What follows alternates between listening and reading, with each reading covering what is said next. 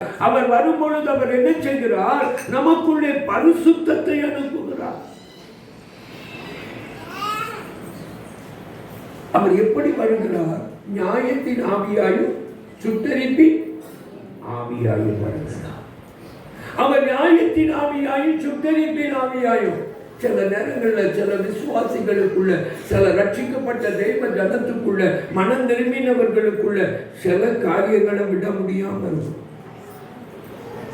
சில பழக்க வழக்கங்கள், சில பாவங்கள் விட முடியாமல் உள்ள இருக்கும். சில மாம்சத்தின் கிரியைகள். நமக்கு மாம்சத்தின் கிரியைன்னா எதுதான் தெரியும்னா, கலாத்தியர்கள் நிருபத்தில் இருக்கு பாருங்க.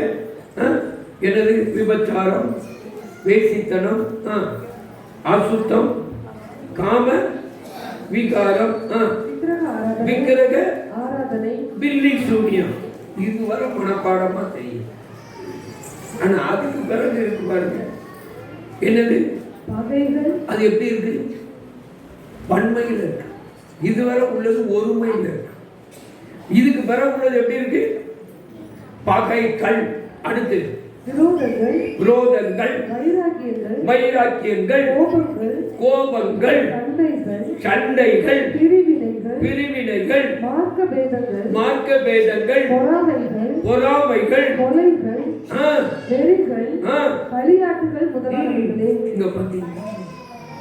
எத்தனை இருக்கு பாருங்க. இதெல்லாம் பன்மையில் இருக்கு.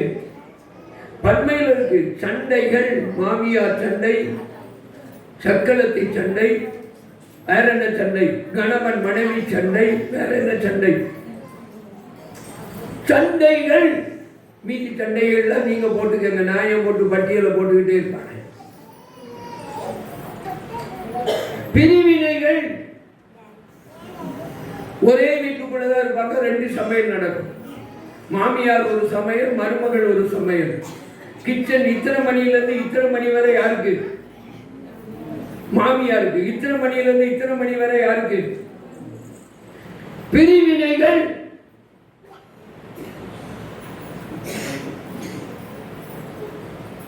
இங்க இதெல்லாம் மாற்றுகிறவர் ஆவியானவர். ஒரு அல்லேலூயா சொல்லுங்க. அல்லேலூயா, அல்லேலூயா. ஒரு கல்யாணம் கட்டி ஒரு மருமக வந்தார். மருமகளை சமைக்க சொன்னாங்க. கிச்சனை மருமக கையில கொடுத்துருவாங்க. மருமக சமைச்சு வச்சா. கல்யாணம் கட்டி வந்தா அன்னைக்கு எப்படி சமைச்சு வச்சா தெரியுமா? தனக்கும் புருஷனுக்கும் காப்பி போட்டா. யாருக்கு? தனக்கும் புருஷனுக்கும். அவர்கிட்ட கேட்டா, அவ விசுவாசி, ஆவியில நிறைவா, அந்நிய வாசல்ல பேசுவா. அவர்கிட்ட கேட்டாவா சொல்றா, நாங்க ரெண்டு பேருக்கும் ஒரே மாம்சம், அதனால எங்களுக்கு தான் நான் செய்ய முடியும்.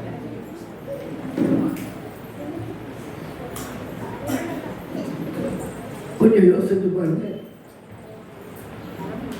ஒரு கல்யாண வீட்டில் பேசிட்டு வந்தேன். என்னைய பெண் வீட்டார் கூட்டிகிட்டு வந்தாங்க. அவங்க வாகனத்தில் பெண் வீட்டார் தான் என்னைய கூட்டிகிட்டு போனது. கூட்டிகிட்டு வந்தாங்க. பெண் வீட்டார் என்னைய பார்த்து சொன்னாங்க, அந்த பெண்ணுடைய அக்கா, பிரதர், நம்ம ஆண்டவர் எவ்வளவு நல்லவர் தெரியுமா? என் தங்கச்சி ஜெபத்தை அப்படியே கேட்டிருக்காருங்க. என்னங்க உங்க தங்கச்சி ஜெபம் பண்ணுவான்னு கேட்டேன். நான் மாமியார் இல்லாத வீட்டுக்கு தான் மருமகளா போவேன்னு சொல்லுவேன். அப்படியே ஆண்டவர் ஜெபத்தை கேட்டு மாமியார் இல்லாத வீட்டுக்கு என்ன அனுப்பிட்டாரு? மருமகளா அனுப்பிட்டாரு. ஆண்டவர் எவ்வளவு நல்லவர். என் தங்கச்சி ஜெபத்தை எப்படி கேட்டிருக்காரு. நான் சொன்னேன், உங்க தங்கச்சிக்கு பொம்பளை பிள்ளையே பிறக்காதுமா, 2 ஆம்பளை பிள்ளை தான் பிறக்கும். அப்படியா உண்மையாவா சொல்றீங்க அப்படின்னு கேட்டாங்க. நான் சொன்னேன், ஆமாமா, நான் பெரிய தீர்க்கதரிசில கிடையாது. சொன்னேன், 2 ஆம்பளை பிள்ளைங்க. எதுக்கு சொன்னேன் தெரியுமா? ஒரு மருமகளா ஜெபம் பண்ணாங்க, 2 மருமகளா ஜெபம் பண்ணாங்க. மாமியார் இல்லாத வீட்டுக்கு தான் போவேன்னு ஒரு மருமகளா இந்த வீட்டுக்கு ஜெபம் பண்ணாங்க. இவனுக்காக யார் ஜெபம் பண்ணட்டும்? 2 மருமகளா ஜெபம் பண்ணட்டுமே. அந்த ஆசைகளை தான் சொன்னேன். சண்டைகள், மார்க்க வேதங்கள், பிரிவினைகள், பொறாமைகள், எல்லா ஆமைகளும் இதுக்குள்ள இணைஞ்சிருக்கு. இந்த ஒரு ஜபத்துக்குள்ள அத்தனை கல்லு உள்ள கிடக்கு. இந்த ஒரு ஜபத்துக்குள்ள இங்க மறந்துடாதீங்க. ஆவியானவர் வரும் பொழுது நமக்குள்ள என்ன ஊற்றப்படுகிறது? ரோமர் 5:5 சொல்லுகிறது,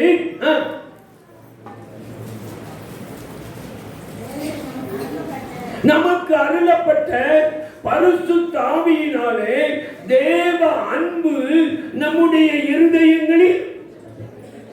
உண்மையிலேயே அபிஷேகம் பெற்றவங்கன்னா நேசிக்கப்படுங்க. உங்களை நேசியாதவர்கள்,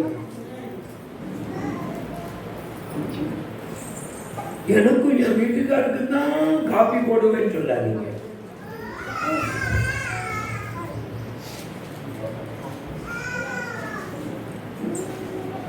நேசிக்கப்படுங்க. இந்த கல்லெல்லாம் வெளியே போகட்டும். அதுக்கு தான் யாரு? ஆவியானவர் ஊற்றப்படுகிறார். ஆவியானவர் ஊற்றப்படுகிறார். இரண்டாவதாக ஆவியானவர் எதற்கு ஊற்றப்படுகிறார்? ஏசாயா 34ஆம் அதிகாரம் 16வது வசனத்தை ஒருவர் கர்த்தருடைய புத்தகத்திலே தேடி வாசியுங்கள். கர்த்தருடைய புத்தகத்திலே தேடி வாசியுங்கள். இவைகளில் ஒன்றும் குறையாது. இவைகளில் ஒன்றும் குறையாது. இவைகளில் ஒன்றும் ஜோடு இல்லாதிராது. இவைகளில் ஒன்றும் ஜோடு இல்லாதிராது. அவருடைய வாய் இதை சொல்லிற்று. அவருடைய வாய் இதை சொல்லிற்று. அவருடைய ஆவி அவைகளை சேர்க்கும். அவருடைய ஆவி அவைகளை சேர்க்கும். என் கண்பானவர்களே, ஆவியானவர் எதற்கு ஊற்றப்படுகிறார்? அவருடைய புத்தகத்தை தேடி வாசித்து அவருடைய புத்தகத்துல கர்த்தருடைய வசனத்தை நமக்குள்ள விளங்க வைக்க. இன்று வேதம் வாசித்தீர்களாங்கிற கேள்வி இப்போ குறைந்து போயிடுச்சு. இன்று வேதம் வாசித்தீர்களா அப்படின்னு கேட்கப்படுகிற கேள்வி இன்றைக்கு என்ன செய்து போயிடுச்சு? குறைந்து போயிற்று. இன்று ஜெபித்தீர்களா? முன்னால வீட்டுல எல்லாம் தொங்கும், இன்று வேதம் வாசித்தீர்களா, ஜெபித்தீர்கள், இன்று ஜெபம் பண்ணினீர்களா அப்படின்னு தொங்கும், சர்ச்சில் தொங்கும். இப்ப கிடையாதுதான். நீங்க பைபிள் படிச்சீங்களான்னு கேட்க கூடாது. கேட்டாலே என்ன வரும்? இவருக்கு எதுக்கு இந்த வேலை? அவர் வேலையை பார்க்க வேண்டியதுதானேங்கிறோம். இப்ப எனக்கு ஒரு வேலை, இங்க வரும் முன்னால பைபிள் படிச்சுட்டு தாயா கூட்டத்துக்கு வந்தேங்கிறவங்க மட்டும் கையை தூக்குங்க. இவருக்கு எதுக்கு இந்த வேலை அப்படின்னு நீங்க திட்டுறது விளங்குது. நல்லா கையை தூக்குங்க. கையை தூக்குனீங்க பாருங்க, உங்களுக்கு ஒவ்வொரு நன்றி. கை கிளப்படுங்க. தூக்காம இருக்கீங்க பாருங்க, உண்மையா உங்களுக்கு 2 நன்றி. நீங்க பொய் சொல்லி தூக்குனா எனக்கு என்னையா தெரியும்? தெரியுமா? தெரியாது. உண்மையா கையை தூக்காம இருந்தீங்க பாருங்க, உங்களுக்கு 2 நன்றி. அந்த 2 நன்றியை திருப்பி டபுள் ஆக்கி அந்த 4 நன்றி ஆக்கிறேன். I will double my thanks and I will redouble it. எதுக்கு தெரியுமா? உண்மை சொன்னதுக்கு. ஆனா இப்படி எப்பவும் உண்மை சொல்லி பாராட்டுவாங்க. வீட்டோட்டு வெளியே கிளம்ப முன்னால எதை படிக்கணும்? சத்தமா சொல்லுங்க. பைபிளை படிக்கணும். முழங்கால் போடணும். ஜபம் பண்ணணும். மறந்துடாதீங்க. நான் ரட்சிக்கப்பட்ட 1975 ஆண்டவரோடு ஓடி 50 ஆண்டுகள் ஓடிட்டேன். இந்த 50 ஆண்டுகள்ல இந்த பைபிளை நான் முதல் இருக்கும்போது எனக்கு 13 வயசு. நான் பிரசங்கித்த வயதும் 13வது வயது, 8வது வகுப்பு மாணவனாக தான் முதல் இந்த பைபிளை வச்சு பிரசங்கிச்சேன். இந்த வேதத்தை முழங்கல்ல நின்று தான் பெருவாரி படிச்சிருக்கேன். இந்த வேதத்தை என்னுடைய வாழ்க்கையில என் 40 வயது வரும்போது 80 முறை வாசிச்சிடணும்னு தீர்மானம் எடுத்தேன். என்னுடைய டீனேஜ்ல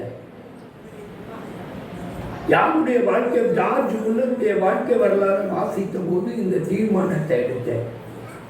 ஆனா என்னுடைய 40 வயது ஆகும்போது 100 முறைக்கு மேல தாண்டி படிச்சுட்டேன். ஒரு 5 வருஷத்துக்கு முன்னால இந்த வேதத்தை 400வது முறை வாசித்து முடிச்சேன். அதுக்கு பிறகு எந்ததை நிறுத்திச்சேன். இப்போ ஒரு மாதத்துக்கு ஒரு முறை இந்த வேதத்தை வாசித்து முடிக்கிறேன். ஒரு நாளைக்கு 50 பக்கம் வாசிக்கிறேன். பழைய ஏற்பாட்டுல. புதிய ஏற்பாடு வரும்போது 40 பக்கம் வாசிக்கிறேன். ஒரு மாதத்துல வேதத்தை வாசித்து முடிக்கிறேன். என்ன அலுவல் இருந்தாலும் சரி, என்ன ஓட்டம் இருந்தாலும் சரி, ஆண்டவருடைய வார்த்தைக்கும் அவருடைய சமூகத்துக்கும் நான் இடம் கொடுக்கிறத விடுகிறதே இல்லை.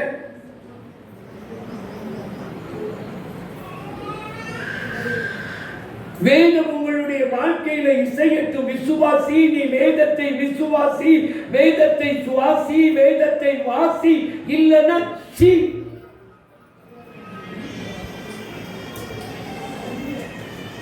மறந்துடாதீங்க. ஆவியானவர் உங்களுக்குள்ள இருக்கிறார்னா உங்களையும் வேதத்தையும் பிரிக்க முடியாது. ஏன்னா ஆவியானவரையும் வேதத்தையும் பிரிக்க முடியாது.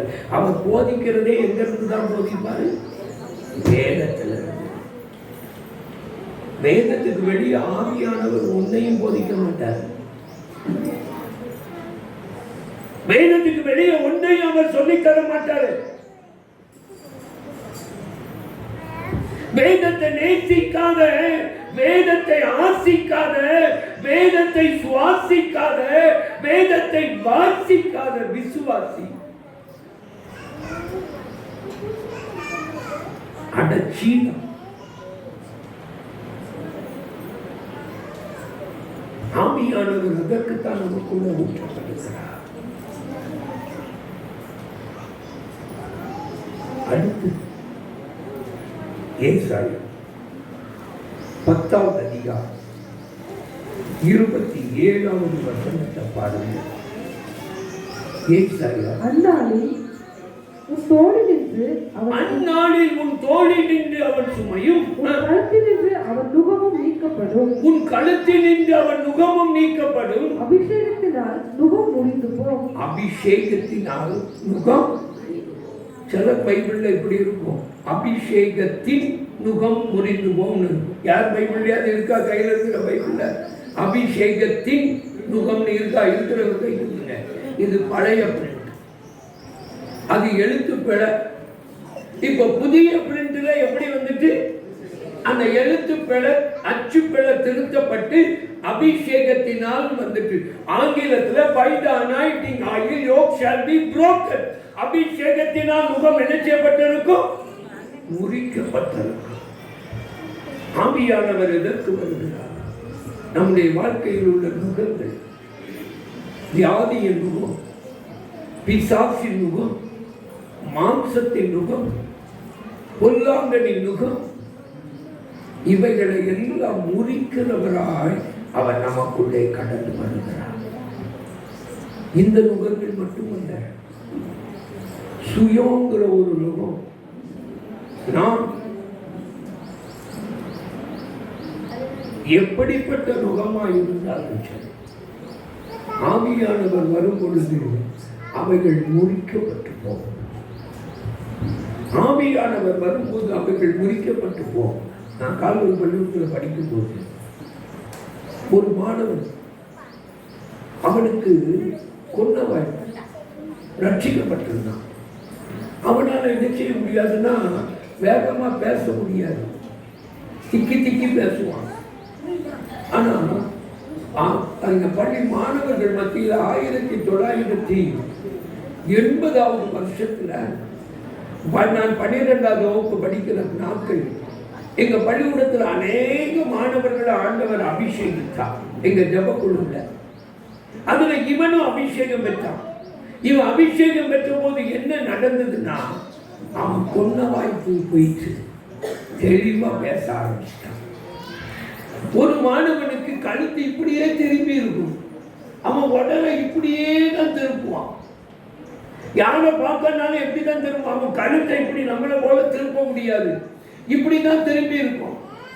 அவன் பெஞ்சில கடைசியில தான் உட்கார்ந்து இருப்பான், அப்படின்னாதான் அவன் போர்டு பார்க்க முடியும். ஓரமா தான் உட்கார்ந்து இருப்பான்.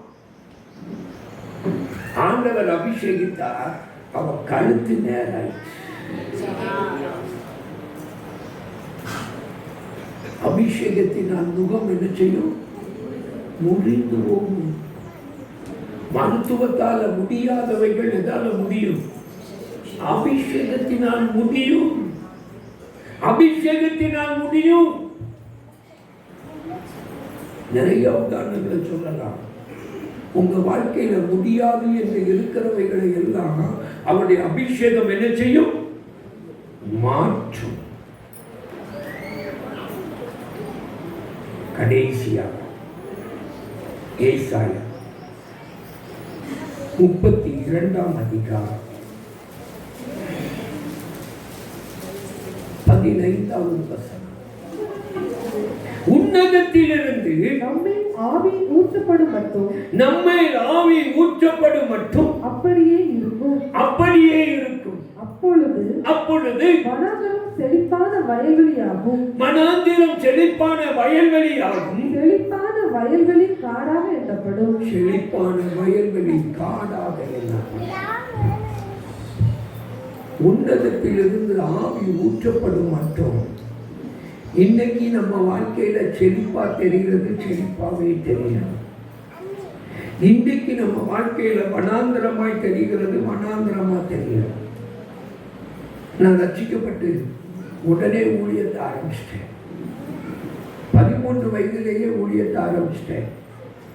இயேசுவை குறித்து சொல்ல ஆரம்பிச்சிட்டேன். நான் சொல்ல ஆரம்பிச்சது 1-to-1 காஸ்பல். ஊழியன் உடனே நீங்க எல்லாரும் பிரசங்கியாக தான் நினைக்கிறோம். இல்லை, நான் தினந்தோறும் சுவிசேஷம் சொல்லுகிற பழக்கம் உடையவன். சுவிசேஷம் சொல்ல ஆரம்பிச்சிட்டேன். நேற்றைக்கு கூட நான் பெட்ரோல் பங்க்கு போயிருந்தேன். காலையில் 6 மணி பெட்ரோல் பங்க்கில் நிற்கும்போது, ஊழியத்துக்கு கிளம்பி போகும்போது, அங்கே பெட்ரோல் போட்ட பையன் என் பக்கத்தில் வந்து ஸ்மெல் வந்துச்சு. உடனே அவன்கிட்ட பேச ஆரம்பித்தேன். என்ன செய்யறேன்னு கேட்டேன். அவன் சொன்னான், காலேஜில் படிக்கிறேன், இந்த பல்க்குக்கு இரவு பணி செய்ய வருவேன், இந்த பணத்தை வச்சு தான் நான் காலேஜுக்கு படிக்கிறேன். டெய்லி ராத்திரி பல்கில் வந்து வேலை பார்த்துட்டு காலையில் எங்கே போகிறான்? படிக்க போகிறான். இல்லைன்னா அவனுக்கு படிக்க முடியாது. அவ்வளோ வறுமை உள்ள குடும்பம். ஆனால் அவன்கிட்ட ஒரு ஸ்மெல். நான் சொன்னேன், இவ்வளவு கஷ்டப்பட்டு படிப்பில் நாட்டம் வச்சிருக்கிற நீ இந்த பாவத்துக்கு அடிமையா இருக்கிறியே. அவன் சொன்ன ஒரு பழக்கம் தான் இருக்கு, கொஞ்சம் கொஞ்சமா விட்டுருவேன், இல்ல கொஞ்சம் கொஞ்சமா விட்டுருவேன் சொன்ன. யாரும் விடுதலை பெற்றதில்லை. உன்னை விடுவிக்கிறதுக்கு ஒருத்தர் தான் உண்டு, இயேசுதான். சமயம் வாய்த்தாலும் வாய்க்காவிட்டாலும் சுவிசேஷத்தை பிரசங்கிப்பதுதான் ஆண்டவன் நம்ம மேல வச்சிருக்கிற கடமை. நிறைய பேர் ரட்சிக்கப்பட்டாங்க. 8ஆம் வகுப்புல இருந்து 10ஆம் வகுப்பு வர்றதுக்குள்ள நிறைய பேர் ரட்சிக்கப்பட்டாங்க. 100க்கு மேல மாணவர்களை ரட்சிப்புக்கு நடத்திட்டேன். 1000க்கு மேல சுவிசேஷம் சொல்லி இருப்பேன்.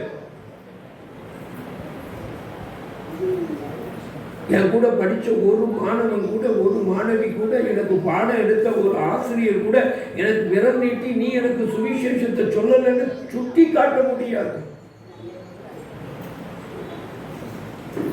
ஆனா இந்த வேதத்துல சில காரியங்கள் படிக்கும் போது எனக்கு வனாந்திரமாயிருந்தது. நான் செய்கிறவைகள் தான் எனக்கு செழிப்பாய் இருந்தது. ஆண்டவர் மோசையோடு பேசினார், சின்ன சாமுவேலோடு பேசினார். இதெல்லாம் எனக்கு பார்க்கும்போது வேதத்துல எழுத்தாதான் இருந்தது. என் வாழ்க்கையில ருசியா இருக்கல, என் வாழ்க்கையில அனுபவமா இருக்கல, என் வாழ்க்கையில சொந்தமா இருக்கல. இதெல்லாம் வனாந்தரமா இருந்தது. எனக்கு ஒண்ணுதான் செழிப்பா இருந்தது. இத்தனை பேருக்கு சுவிசேஷம் சொல்லிட்டேன், இத்தனை பேரை கூட்டி வைத்து ஜெபிக்கிறேன், இவ்வளவு பேருக்கு முன்னால இந்த வயதுல பிரசங்கம் பண்றேன், 10ஆவது வகுப்புலயே சர்ச்சில் பிரசங்கியாக மாறிட்டேன். இதுதான் எனக்கு செழிப்பா இருந்தது. 1979வது வருஷம் டிசம்பர் மாதம் 3ஆம் தேதி ஞாயிற்றுக்கிழமை எங்க மாணவர்கள் முன்னால பிரசங்கம் பண்ணிட்டு இருக்க உபவாச ஜபத்துல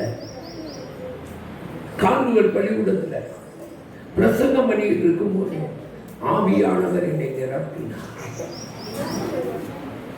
நெகேமியா 1:6 அடிப்படையில் பேசிக்கிட்டு இருக்கிறேன். ஆவியானவர் என்னை நிரப்பினார். அதுக்கு பிறகு என் வாழ்க்கையில என்ன ஆச்சுன்னா,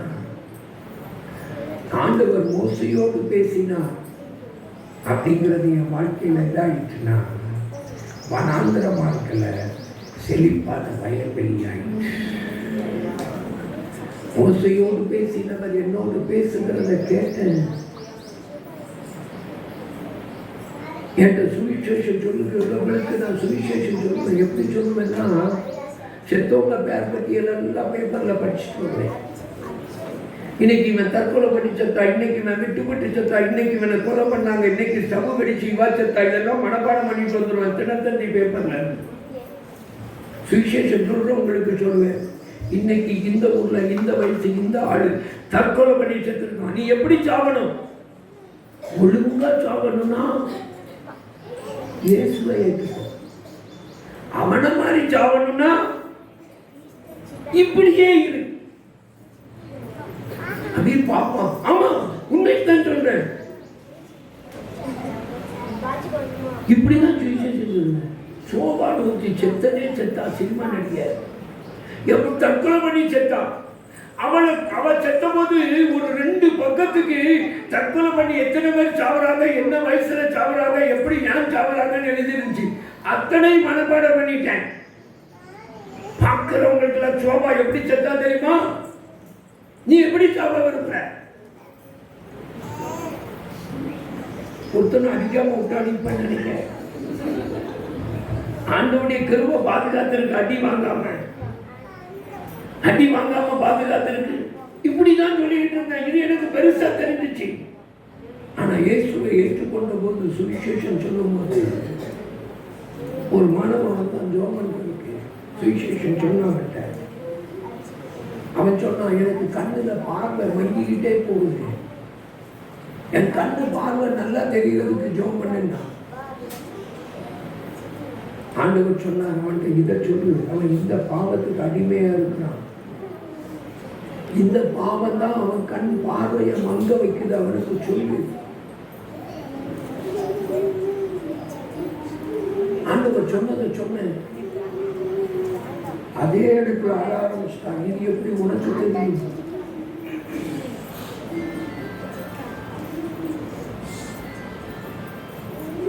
பார்க்ல உட்கார்ந்துருக்கேன். காலையில 7 மணிலேருந்து 8 மணி வரை பார்க்குக்கு போவேன். என் பக்கத்துல உட்கார்ந்து அவ்வளவு பேருக்கும் சுவிசேஷம் சொல்லுவேன். 8 மணிக்கு வீட்டுக்கு வந்து பிறப்பு பள்ளிக்கூடத்துக்கு போயிருந்தேன். ஒரு பையன் வந்து உட்கார்ந்தான். ஆண்டவர் அவனை பார்த்து சொல்றாரு, இந்த பாவத்துல அவன் இருக்கா, நீ சொல்லு. ஆண்டவரே, மூச்சு பால் வடிஞ்ச மாதிரி இருக்க, நீ சொல்லு. சொன்ன. நீ பார்த்தான். உங்களுக்கு எப்படி தெரியும்? இயேசு சொன்னார். சாயங்காலம் பார்க்குக்கு போவேன். சாயங்காலம் பார்க்கல போய் உட்கார்ந்து ஜெபம் பண்ணுவேன். ஜெபம் பண்ணிட்டு எனக்கு பின்னால வந்து ஒருத்தர் உட்கார்ந்துறாரு. ஆண்டவர் சொல்றாரு, அவன் பேரு நடராங்க, கூப்பிட்டு சொல்லு. அவன் மனைவிட்ட இப்பதான் சண்டை போட்டு வாதான். அவன் மகளுக்கு இருதய வியாதி சொல்லு. திருமண ஐயா, உங்க பேரு நடராஜன் நான் கேட்டேன். இப்பதான் வீட்டுல சண்டை போட்டு வந்தீங்களான்னு கேட்டேன்.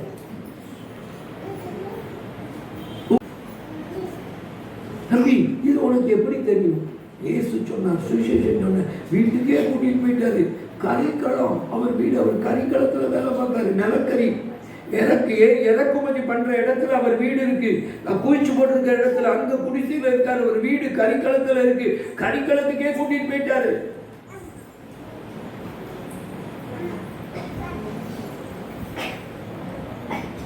இப்ப பாருங்க, வனாந்திரமா இருந்தது எதாகிவிட்டது, செழிப்பான வயல்வெளி ஆகிவிட்டது. இதற்கு முன்பு இருந்த செழிப்பா தெரிஞ்ச ஊழியம் வனாந்திரம் ஆயிட்டு. இப்ப இதுதான் எப்படி இருக்கு? செழிப்பா. உன்னதத்தில் இருந்து ஆவி ஊற்றப்படும் பொழுது எனக்கு பிசாசுனா பயம், இருட்டுனா பயம், வேப்பம் வரனா நிக்கவே மாட்டேன். இந்து கோயில் தான் இந்த பக்கம் இருந்தா இந்த பக்கமா போவேன்.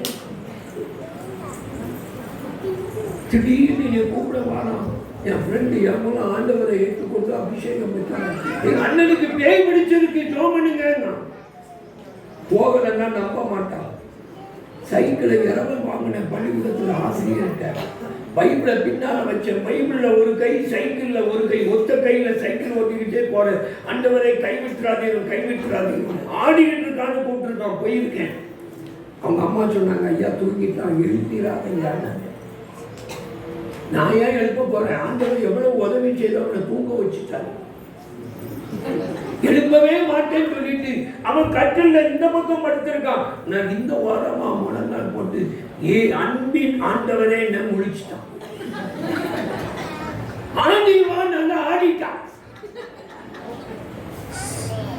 அந்த எலும்புன அவன் ரெண்டு தோளையும் கை வச்சேன். இயேசுவின் நாமத்துல பிசாசே வெளியே போன்னு சொல்லிட்டு வாசல் வழியா வெளியே போயிட்டேன். ஏன்னா அது நம்மள பயத்துல நான் போட்ட சத்தம், நான் பண்ண ஜபம்னா வல்லமையில இல்லை, பயத்துல. ஆனா அது வெளியே போயிட்டு அவங்க அம்மா சொல்றாங்க நல்லா இருக்கான். இந்த செய்தி கேள்விப்பட்டு ஒரு 8 கிலோமீட்டருக்கு அங்கிருந்து கூப்பிட்டுட்டாங்க. என் மகளுக்கு பேய் பிடிச்சிருக்கு, வா. சைக்கிள் தூக்கிட்டு போனேன். இதே மாதிரி எங்க ஆசிரியர்கிட்ட தான், எனக்கு சொந்த சைக்கிள் கிடையாது, இரவல் வாங்கிக்கிட்டு போறேன். பள்ளிக்கூடத்துல இருந்து சாயங்காலம் போறேன். போய் வழியில ஒரு ஆளை கூப்பிட்டேன். ஐயா இந்த பேய் விரட்ட தொழில நமக்காகாது, நீ வேணா போட்டாங்க. போறேன். போய் வீட்டு வாசல்ல போய் நிக்க, கதவை திறந்து உள்ள வாட்டாங்க. தட்டவே இல்லை, உள்ள வாட்டாங்க. எப்படி உங்களுக்கு அந்த கதை பெரிய கதைனாங்க. பிடிச்சாங்க கைய, இரும்பு பிடி, உள்ள கூட்டிட்டு போறாங்க. வீடு அங்கிருந்து இன்னமும் போகுது உள்ள மகமா. அங்க பின்னால இருந்து ஆடுது, இந்த வந்துட்டான், இந்த வந்துட்டான். இப்ப எல்லாம் முடி விழுவதா இருக்கு. வளர்ந்தாலும் வெட்டி கொடுறாங்க அக்கா மாதிரி. அதுக்கு மேல என்ன செய்யக்கூடாது, வளரக்கூடாதுன்னு வெட்டி தள்ளிடுறாங்க. அங்க முடி இருந்துச்சு இவ்வளவு நீளத்துக்கு, அடிக்குது, சுத்தி அடிக்கு. இதாவது ஆம்பளை பேய். அது என்ன பேய்? சுத்தி அடிக்கு. இந்த வந்துட்டான், இந்த வந்துட்டான், இழுத்துட்டு போறாங்க. இனிய விட்டா ஓடிப்பேன். இழுத்து கொண்டு முன்னால விட்டாங்க. அது சொல்லிச்சு, இந்த வந்துட்டான், நான் போறேன். அப்பான்னு ஹார்ட்டு ஒழுங்கா துடிச்சிச்சு. அப்ப சொன்னாங்க, நீ கால்வன் பள்ளிக்கூடத்துல சைக்கிள் எடுத்தியா? ஆமா. இந்த ரோட்ல வந்தியா? ஆமா. இந்த வீட்டுக்கு போனியா? ஆமா. அவர் வரமாட்டேனாரா? ஆமா. இந்த வழியா வந்தியா? ஆமா. இதெல்லாம் உங்களுக்கு எப்படி தெரியும்? நீ புறப்பட்ட நேரத்துல இருந்து இது சொல்ல ஆரம்பிச்சுட்டு, இங்க கிளம்பிட்டா, இங்க வந்துட்டா, இங்க வாரான், ஊருக்குள்ள வாரான், தெருவுக்குள்ள வாரான், காம்பவுண்டுக்குள்ள வாரான், வாசல்ல நிக்கான், கதவை தரையணிச்சு. செல்போன் மட்டும் அன்னைக்கு இருந்துச்சு. நான் சொல்லியிருந்தாங்கன்னா சுவிட்ச் ஆஃப் பண்ணிட்டு எங்கேயாவது சைக்கிளை விட்டுட்டு ஒளிஞ்சு இருப்பேன். ஆண்டவர் இப்படி தாயா பலப்படுத்தினார். இன்னைக்கு பேய்க்கும் பயப்பட மாட்டோம், உங்களுக்கும் பயப்பட மாட்டோம். யாருக்கு தான் பயப்படுவேன்? தேவனுக்கு தான் பயப்படுவேன். வனாந்து நான் செழிப்பான பயன்படுத்தோம், ஜெபிப்போமா? அப்படியே கண்டிடணும். அந்த ஆவியானவர் இன்றைக்கு உங்கள் நடுவில் இருக்கிறார். அந்த ஆவியானவர் இன்றைக்கு நம் நடுவில் இருக்கிறார். இன்றைக்கு நம் மத்தியில் இருக்கிறார். அவர் இன்றைக்கு நம்மோடு கூட இருக்கிறார். நம் மத்தியில் இதுவரை அந்த ஆவியானவரை நான் பெற்றுக்கொள்ளலைன்னா உங்க வாயை விரிவா திறந்து கேளுங்க. வாயை விரிவா திறந்து கேளுங்க. எனக்கு வேண்டும் இந்த ஆவியானவர், என்னை நிரப்ப வேண்டும் இந்த ஆவியானவர், எனக்குள்ள ஊற்றப்பட வேண்டும் இந்த ஆவியானவர், இந்த ஆவியானவர் என்னை நிரப்பணும் அப்படின்னு சொல்லுகிறவங்க உங்க வாயை திறந்து, உங்க வாயை விரிவா திறந்து நீங்க கேளுங்க. இப்பொழுது அவர் செழிப்பான வயல்வெளியில் உள்ள உங்களை கொண்டு வருவார். வனாந்தரங்களை செழிப்பாய் மாற்றுவார். உங்களுடைய வாயை விரிவாய் தர அதை நிரப்புவேன் சொல்லுகிறவர் இன்றைக்கு உங்க வாழ்க்கையில இறங்கி வருவார். உங்களுக்குள்ள இறங்கி வருவார். அபிஷேகத்தினால் முகம் முடிக்கப்படும். எத்தனை பேர் இந்த ஆவியை பெற்றுக்கொள்ள வாஞ்சிக்கிறீங்க? இந்த ஆவியானவரை பெற்றுக்கொள்ள எத்தனை பேர் வாஞ்சிக்கிறீங்க? இந்த ஆவியானவரால் நிரப்பப்பட எத்தனை பேர் வாஞ்சிக்கிறீங்க? உங்க வாயை தரங்க, உங்க வாயை விரிவா தரங்க.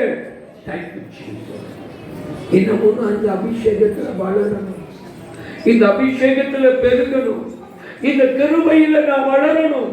குறைவில்லாம எனக்குள்ள ஆவியானவர் ஊற்றப்படணும் அப்படின்னு சொல்லுகிறவங்க உங்க வாயை திறந்து கேளுங்க.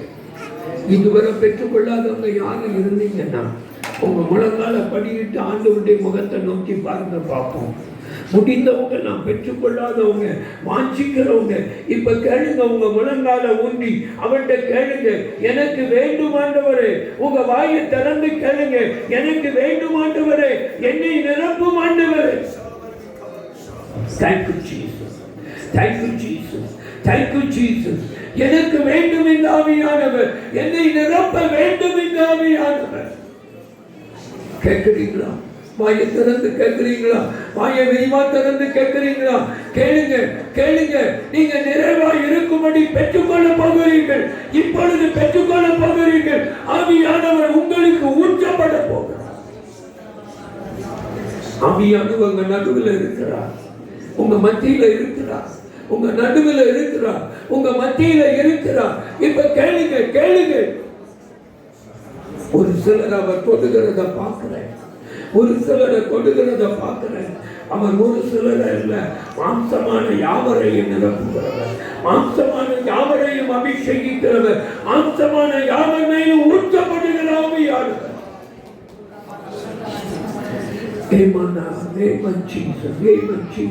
வாயை திறந்து, வாயை திறந்து, வாயை விரிவா திறந்து, வாயை விரிவா திறந்து கேளுங்க.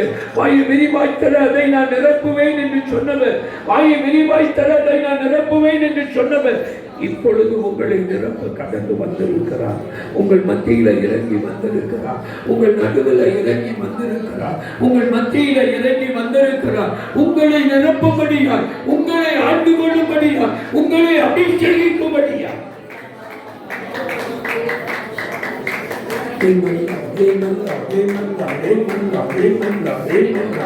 Oh, glory to Jesus, oh, glory to Jesus, oh, glory to Jesus, oh, glory to Jesus, oh, glory to Jesus, oh, glory to Jesus. Amen, Lord, amen, Lord. கேளுங்க, கேளுங்க. நான் அபிஷேகிக்கப்பட்டிருக்கிறேன். அவருடைய வல்லமை கிரியைகள் எதில இல்லை, அங்கே வரங்கள் இல்லை. அங்கே உங்களை நிரப்பும் போது அவர் வரங்களோடு தான் நிரப்புகிறார், வல்லமையோடு தான் நிரப்புகிறார். எனக்கு வேண்டும். வனாந்தரமா இருக்கிறவைகள் எல்லாம் செழிப்பான வயல்வெளியாய் மாறணும் ஆண்டவர். என்னில் இருக்கிற நுகங்கள் எல்லாம் அறுக்கப்பட வேண்டும் ஆண்டவர். என்னில் உள்ள கட்டுகள் எல்லாம் உடைக்கப்பட வேண்டும் ஆண்டவர்.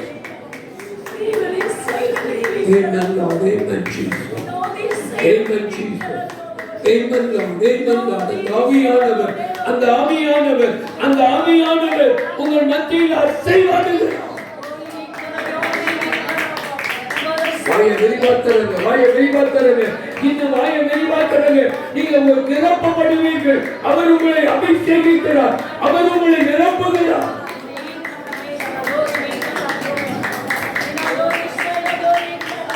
Thank you Lord, thank you Lord, thank you Lord. மாம்சமான யாவரையும் நிரப்புகிறவர், மாம்சமான யாவரையும் அபிஷேகிக்கிறவர். இன்னும் நிரப்பும், இப்பொழுது நிரப்பும், இன்னும் நிரப்பும், இப்பொழுது நிரப்பும். தடைகள் உடைவதாக, உடைய வல்லமைகள் பெருகுவதாக, உடைய பெருமைகள் உண்டாவதாக, உடைய மகிமைகள் உண்டாவதாக. எங்கள் தேவன் அப்படி செய்கிறதற்காக தொடர்ந்து உடைய நாமத்தை இயேசுவின் மூலம் வேண்டிக் கொள்கிறோம் பிதாவே. ஆண்டவருக்கு நன்றி சொல்லுவோம். ஆண்டவர் பெரிய காரியங்கள் இன்னைக்கு அன்னை மூலமாக ஆவியானவருடைய அனுகிரகம், ஆவியானவருடைய கிரியை எப்படி நடக்கும் சொல்லியிருக்காங்க. நாம் விடுதலையோடு ஆராதிக்கும் போது நிச்சயமாகவே ஆவியானவர் இறங்கி நம்ம மேலே என்ன செய்வார், கிரியை செய்வார். நாம் அதை விசுவாசிப்போம், பெற்றுக்கொள்வோம். இப்போ தனியாக அனந்த ஜோமனா மீட்டிங் முடிஞ்ச பிறகு அனந்த ஜோமனெல்லாம் இப்போ வந்து நம்ம ஒரு முடிவு ஜெபம் பண்ணிவிட்டு அதுக்கு பிறகு பிள்ளைங்க வந்து டான்ஸ் ப்ரோக்ராம் பண்ணுவாங்க.